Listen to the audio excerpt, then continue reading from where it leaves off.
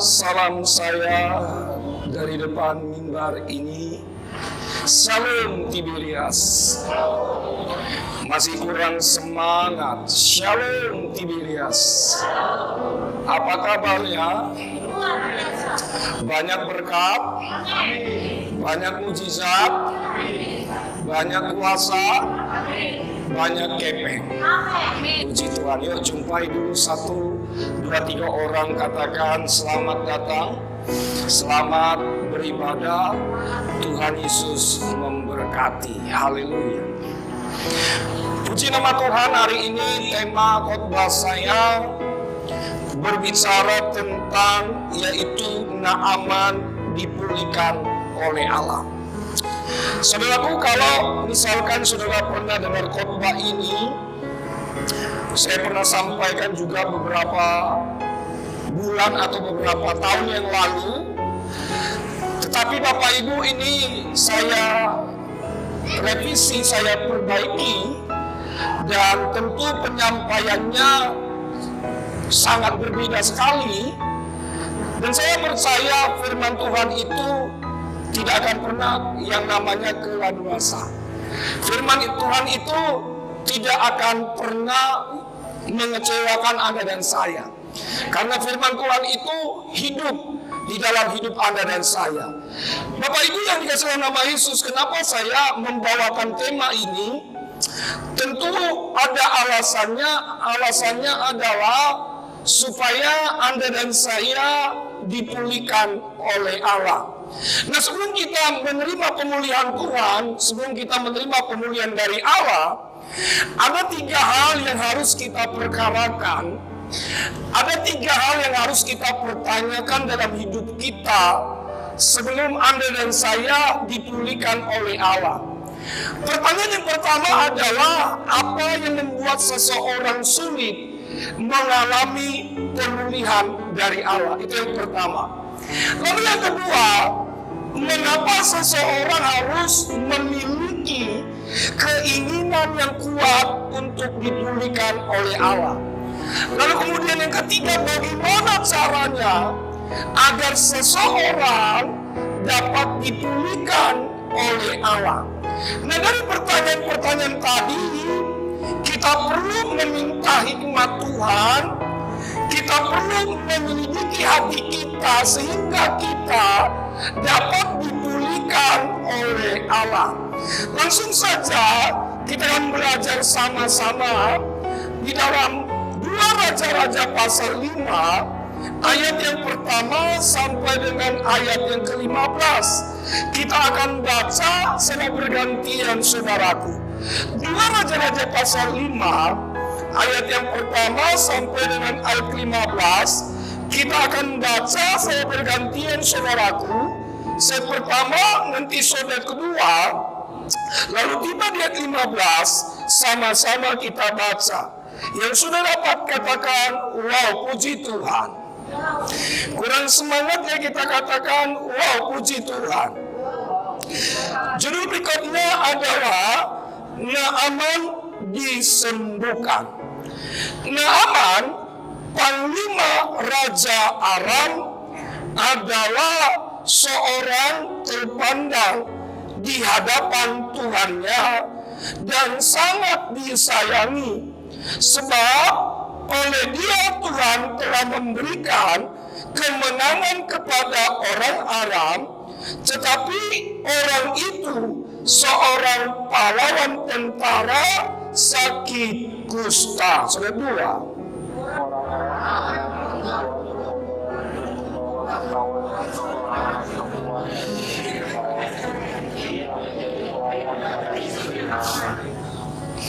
Berkatalah gadis itu kepada nyonyanya, sekiranya Tuanku menghadap nabi yang di Samaria itu, maka tentulah nabi itu akan menyembuhkan dia dari penyakitnya. 4 saudara.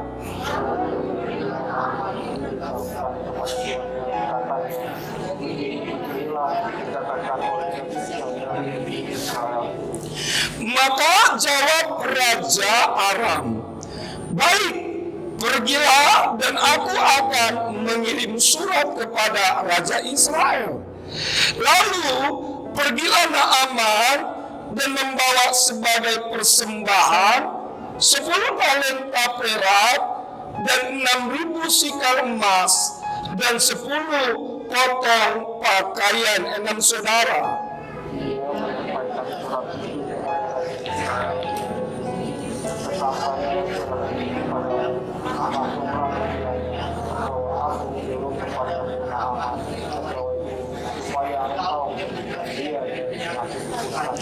Segera sesudah Raja Israel membaca surat itu, dikoyakkannya lah pakaiannya, serta berkata, "Alakah aku ini yang dapat mematikan dan menghidupkan, sehingga orang ini mengirim pesan kepadaku, supaya aku sembuhkan seorang dari penyakit kustanya.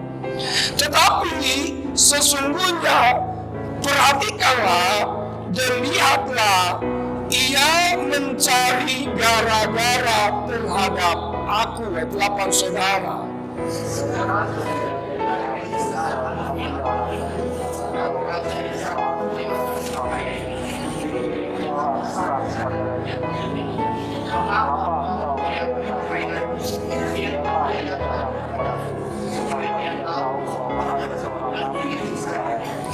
Kemudian datanglah Naaman dengan kudanya dan keretanya, lalu berhenti di depan pintu rumah Elisa. 10 saudara.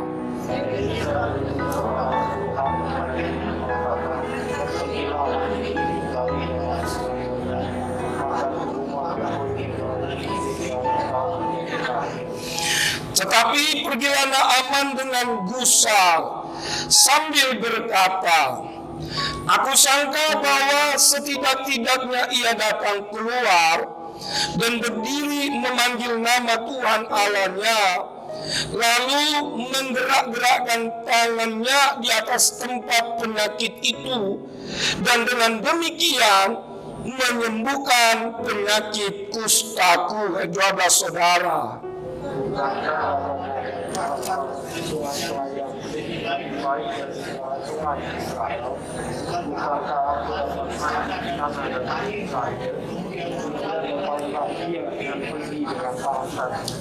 Tetapi pegawai-pegawainya datang mendekat serta berkata kepadanya, "Bapak, seandainya nabi itu menyuruh perkara yang sukar kepadamu, bukankah Bapak akan melakukannya? Apalagi sekarang ia hanya berkata kepadamu, mandilah dan engkau akan menjadi tahir." 14 saudara.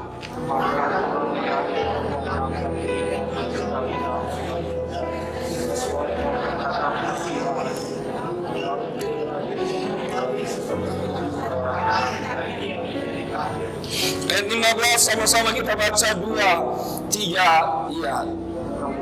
"Kembalilah ia dengan seluruh pasukannya kepada abdi Allah itu. Setelah sampai, tampillah ia ke depan Elisa dan berkata, 'Sekarang aku tahu bahwa di seluruh bumi tidak ada Allah kecuali di Israel. Karena itu, terimalah kiranya suatu pemberian dari hamba-Mu ini.'" Berbahagialah bagi setiap kita hari ini yang mendengarkan firman Tuhan serta melakukan firman Tuhan ini dalam kehidupan kita setiap hari. Saudaraku, Bapak Ibu yang dikasihi di dalam nama Tuhan Yesus, tentu setiap orang pernah memiliki yang namanya pergumulan. Tentu setiap orang pernah mengalami yang namanya masalah. Tentu setiap orang pernah mengalami yang namanya ketakutan. Tentu setiap orang pernah mengalami yang namanya kegagalan. Bahkan tentu semua orang pernah mengalami yang namanya kekecewaan dalam hidup ini. Saudaraku, nas pembacaan firman Tuhan tadi yang barusan saja kita baca, di sana diceritakan bahwa ada seorang Naaman, panglima Raja Aram yang sangat disayangi oleh tuannya. Dia panglima yang begitu kuat, dia panglima yang begitu hebat. Tetapi Alkitab saudara mengatakan bahwa ia terkena penyakit kusta. Di tengah-tengah kehebatan Naaman ini, apa yang terjadi? Naaman ini kecewa dan berputus asa karena penyakit yang dideritanya. Penyakitnya adalah penyakit kusta. Nah Bapak Ibu, apa yang terjadi? Kemudian ada seorang gadis perempuan Israel. Nah kebetulan perempuan Israel ini adalah seorang pelayan istrinya Naaman, yang berkata kepada istri Naaman, dia bilang begini, "Nyonya, tuanku, pergilah menghadap nabi yang ada di Samaria, dan ia dapat menyembuhkan penyakit tuanku itu." Lalu apa terjadi Bapak Ibu? Naaman ini pergi, karena Naaman ini dia punya raja, punya pimpinan. Lalu kemudian Naaman tidak hanya pergi begitu saja, dia lapor kepada rajanya, yaitu Raja Aram. Dia minta izin. Lalu kemudian Raja Aram ini menulis surat untuk dikirim kepada Raja Israel, dan membawa surat itu, lalu kemudian membawa talenta, persembahan beberapa 10 talenta dan 6.000 sikal emas, dan kemudian 10 potong pakaian. Kemudian Naaman Bapak Ibu, sampailah dia di rumahnya raja, di istananya Raja Israel. Sesampainya dia di istananya Raja Israel, tidak serta merta si Naaman ini langsung dipulihkan oleh Allah. Apa yang terjadi begitu Raja Israel ini membaca surat dari Raja Aram ini? Raja Israel mulai tersinggung. Raja Israel bilang begini, dia mengoyakkan pakaiannya. Dia bilang begini, "Allahkah aku ini yang mematikan dan menghidupkan, sehingga orang ini mengirim pesan supaya orang ini dapat disembuhkan." Saudaraku, sewaktu Raja Israel memperkatakan hal tersebut, kemudian ada seorang abdi Allah, ada seorang nabi yang bernama Elisa mendengarkan perkataan itu. Apa yang terjadi Bapak Ibu? Lalu seorang nabi ini berkata, "Kamu datang ke rumah saya akan berikan kamu suatu, yaitu kesembuhan," gitu ya kan. Dan dalam singkat cerita Bapak Ibu, Alkitab saya mengatakan bahwa dalam ceritanya nanti bagaimana seorang Naaman panglima, seorang pahlawan perang disuruh nyemplung, kalau dalam bahasa kerennya nyemplung di kali gitu ya kan. Lalu kemudian Bapak Ibu, dan ceritanya, nggak adakah sungai yang bagus? Nggak adakah sungai ya kalau bisa ya kolam renang gitu loh. Kamu nggak tahu saya ini adalah seorang, yaitu pahlawan perang yang sangat terhebat. Saya sudah banyak mengalahkan musuh-musuh saya. Itu artinya kamu, hei Nabi Elisa, kamu sedang mengejek saya. Saudaraku, pada akhirnya cerita ini Naaman dipulihkan dan disembuhkan. Menarik sekali, kita akan pelajari. Sebetulnya ada 3 poin, tetapi hari ini kita akan cepat saja. Ada 2 hal yang dapat kita pelajari. Bagaimana Naaman dipulihkan oleh Allah. Yang pertama, ayat 3 sampai dengan ayat yang ke-7. Perhatikan baik. Ayat 3 sampai dengan yang ke-7. Berkatalah gadis itu kepada nyonyanya, "Sekiranya tuanku menghadap nabi yang di Samaria itu, maka tentulah nabi itu akan menyembuhkan dia dari penyakitnya." Lalu pergilah Naaman memberitahukan kepada tuannya, katanya, "Beginilah pergilah, dikatakan oleh gadis yang dari negeri Israel itu. Maka jawab Raja Aram, baik, pergilah dan aku akan mengirim surat kepada Raja Israel. Lalu pergilah Naaman dan membawa sebagai persembahan 10 talenta perak dan 6.000 sikal emas dan 10 potong pakaian. Dia menyampaikan surat itu kepada Raja Israel yang berbunyi, sesampainya surat ini kepadamu, maklumlah kiranya bahwa aku menyuruh kepadamu Naaman pegawaiku, supaya engkau menyembuhkan dia dari penyakit kustanya. Ayat 7. Segera sesudah Raja Israel membaca surat itu, dikoyakannya lah pakaiannya serta berkata, Allahkah aku ini yang dapat mematikan dan menghidupkan, sehingga orang ini mengirim pesan kepadaku supaya kusembuhkan seorang dari penyakit kustanya. Tetapi sesungguhnya perhatikanlah dan lihatlah, dia mencari gara-gara terhadap aku. Demikian firman Tuhan. Yang pertama yang dapat kita pelajari, bagaimana Naaman dipulihkan oleh Allah. Saya catat di slide saya adalah ketika Naaman beriman dan bertindak. Bilang sama saya, katakan Naaman beriman. Amin. Nah, Bapak Ibu yang dikasih nama Yesus, ini luar biasa sekali.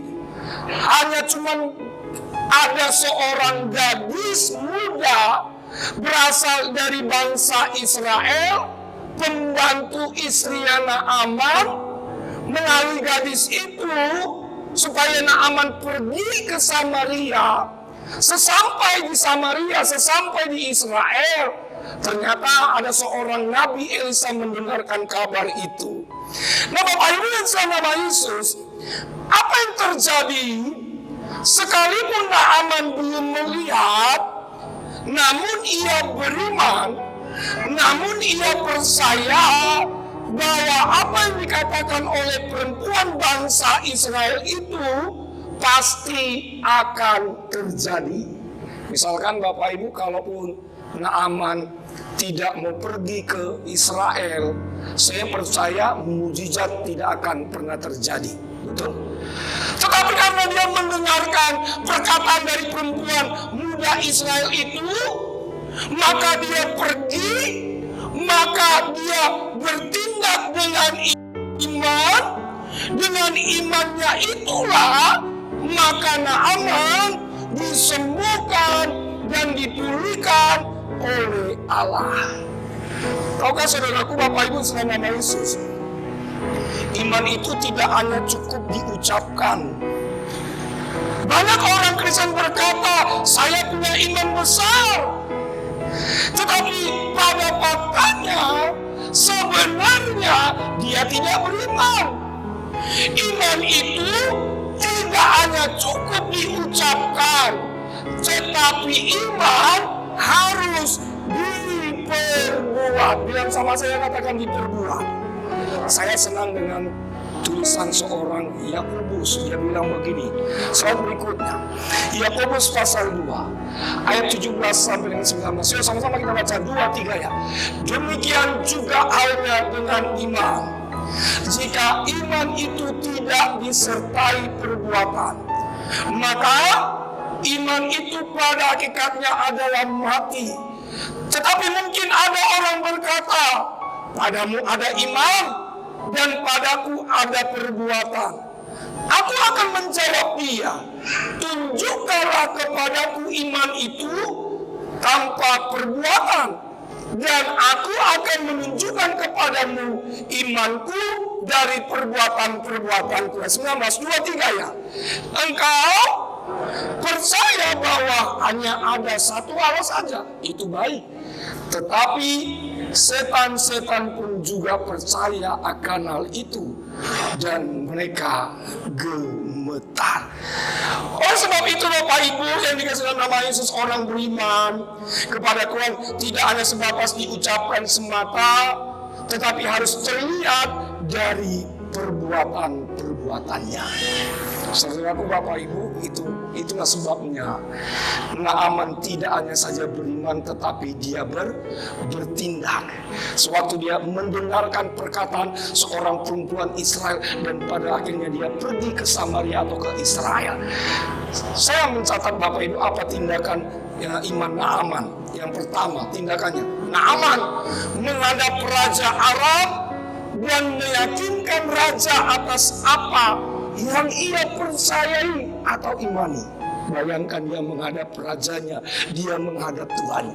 Lalu kemudian Naaman membawa surat resmi dari Raja Aram kepada Raja Israel.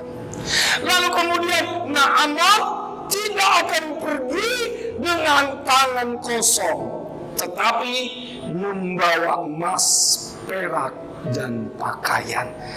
Saudaraku, Bapak Ibu saudara nama Yesus, banyak hari-hari ini orang Kristen memiliki iman yang besar, sah-sah saja. Tetapi pada faktanya banyak orang Kristen belum melakukan imannya, belum bertindak. Oleh sebab itu Bapak Ibu, kalau saudara hari ini memiliki iman yang besar, saudara harus bertindak. Yang menjadi pertanyaan kita hari ini, bagaimana saudara memiliki iman yang besar? Sekali lagi Bapak Ibu, bagaimana saudara bisa memiliki iman yang besar? Yang pertama, kita harus sering mendengarkan firman Tuhan. Yang kedua, saudara harus membaca firman Tuhan. Yang ketiga, saudara harus melakukan iman itu dan harus bertindak. Iman yang disertai dengan perbuatan, saya percaya imannya pasti bertumbuh dan berakar. Amin. Tapi kalau orang memahami dia punya iman besar tapi tidak bertindak, tidak melakukan, Alkitab mengatakan iman tanpa perbuatan pada hakikatnya adalah mati. Makanya ada dibilang istilah pepatah atau kata-kata bijak bilang begini, tong kosong menyaring bunyinya. Sebab itu Bapak Ibu, kalau saudara punya iman, melakukan, bertindak, saya percaya apa yang saudara doakan, apa yang saudara minta, Tuhan beri dan Tuhan jawab. Beri tepuk tangan dulu, beri pujian bagi Allah. Itu yang pertama. Yang kedua, ayat 8 sampai dengan ayat 12. Ayat 8 sampai dengan 12. Segera sesudah didengar Elisa abdi Allah itu bahwa Raja Israel mengoyakkan pakaiannya, dikirimnyalah pesan kepada Raja bunyinya, mengapa engkau mengoyakkan pakaianmu? Biarlah ia datang kepadaku supaya ia tahu bahwa ada seorang nabi di Israel. Kemudian datanglah Naaman dengan kudanya dan keretanya, lalu berhenti di depan pintu rumah Elisa. Elisa menyuruh seorang suruhan kepadanya, mengatakan, pergilah mandi 7 kali dalam sungai Yordan, maka tubuhmu akan pulih kembali, sehingga engkau menjadi tahir. Tetapi pergilah Naaman dengan gusar sambil berkata, aku sangka bahwa setidaknya ia datang keluar dan berdiri memanggil nama Tuhan Allahnya, lalu menggerakkan tangannya di atas tempat penyakit itu, dan dengan demikian menyembuhkan penyakit itu. Ayat 12. Bukankah Abana dan Parwa sungai Damsik lebih baik dari segala sungai di Israel? Bukankah aku dapat mandi di sana dan dapat menjadi tahir?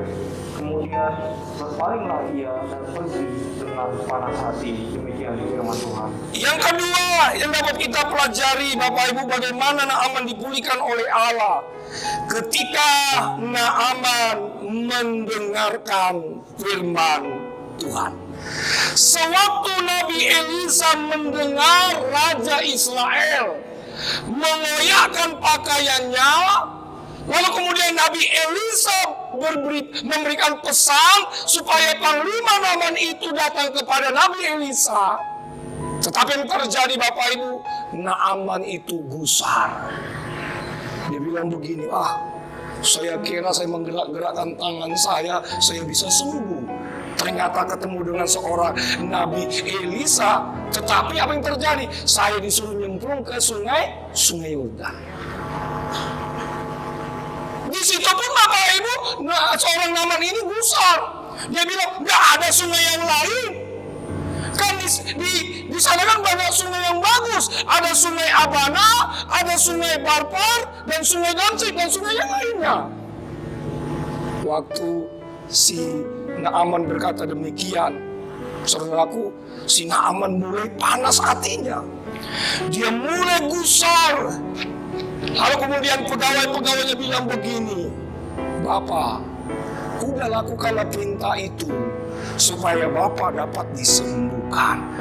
Saudaraku, Bapak Ibu saudara nama Yesus, ada begitu banyak orang Kristen mendengarkan firman Tuhan. Bagi sebagian orang mungkin sangat membosankan. Ada yang tidak peduli sama sekali ketika mendengarkan firman Tuhan. Ada begitu banyak orang Kristen datang ke gereja hanya cuma formalitas. Orang tersebut hanya menunjukkan bahwa dia adalah Kristen, pengikut Kristus. Tetapi ketika firman Tuhan disampaikan, banyak orang Kristen sibuk dengan gadgetnya, sibuk dengan handphonenya, sibuk dengan pakaiannya. Dia tidak fokus ketika pendeta menyampaikan firman Tuhan. Makanya begitu banyak orang Kristen pula tidak mendapatkan apa-apa. Oleh sebab itu Bapak Ibu, kalau saudara hari ini mendengarkan firman Tuhan, tidak hanya saja cukup didengar, tetapi harus dilakukan. Banyak orang Kristen hari ini juga Bapak Ibu, ketika mereka mendengarkan firman Tuhan bisa sekali seminggu ketika mereka beribadah datang ke gereja. Atau mungkin juga pas hari raya besar, hari Paskah, Natal, Tahun Baru, sebagainya. Coba selidiki hati kita. Waktu saudara pulang dari tempat ini, apakah saudara mau masih membaca firman Tuhan dan mendengarkan firman Tuhan? Halo? Kita harus jujur di hadapan Tuhan. Banyak orang Kristen hari-hari di gereja sangat rohani sekali.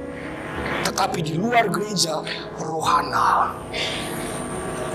Banyak orang Kristen ketika hari Minggu mendengarkan firman Tuhan, tetapi pulang dari gereja, hari-harinya aktivitasnya tidak mau baca dan mendengarkan firman Tuhan. Saudaraku, Bapak Ibu yang dalam nama Yesus, Naaman ini hebat sekali. Dia luar biasa sekali. Dia menanggalkan statusnya sebagai panglima perang. Dia menanggalkan kehebatan, keberhasilannya, dan dia melakukannya. Sebab itu saudaraku, Naaman dipulihkan, disembuhkan oleh Tuhan. Bapak Ibu dalam nama Yesus, cepat saja bagaimana supaya kita dapat mendengarkan suara Tuhan. Yang pertama, bergaul kariblah dan kenallah suaranya. Bergaul kariblah dengan Allah dan kenallah suaranya. Lalu yang kedua, melalui abdi Allah atau hamba-hamba Allah. Yang ketiga, melalui pengalaman-pengalaman spiritual. Saudaraku, yuk mari kita harus lebih banyak lagi mendekatkan diri kepada Tuhan. Lewat firman Tuhan, saya percaya saudara dipulihkan oleh Tuhan. Saya sebagai hamba Tuhan, Bapak Ibu, ketika saya berkhotbah pasti saya baca Alkitab saya. Saya tidak serta-merta saya bilang begini, biarkanlah Roh Kudus berbicara di mimbar ini. Saya pun harus menyiapkan apa yang harus saya sampaikan kepada jemaat. Sudah barang tentu juga saya sertai Roh Kudus. Saya renungkan kembali firman itu, apa yang Tuhan ingin sampaikan kepada jemaat. Hari ini Bapak Ibu, biarlah firman Tuhan ini yang sangat keras menegur kita, menegur Anda dan saya, kita tidak hanya cakap menjadi pelaku firman Tuhan, tidak hanya cukup saja mendengarkan, tetapi kita cakap melakukan firman Tuhan. Katakan amin. Pulang dari tempat ini, mari baca Alkitabmu, renungkan firman Tuhan, dan lakukan. Saya percaya iman saudara bertumbuh dan terus bertumbuh dan berbuah. Beri tepuk tangan, beri pujian bagi Allah kita. Tutup Alkitab saudara, mari kita datang di hadapan Tuhan. Terima kasih Tuhan, kami mengucap syukur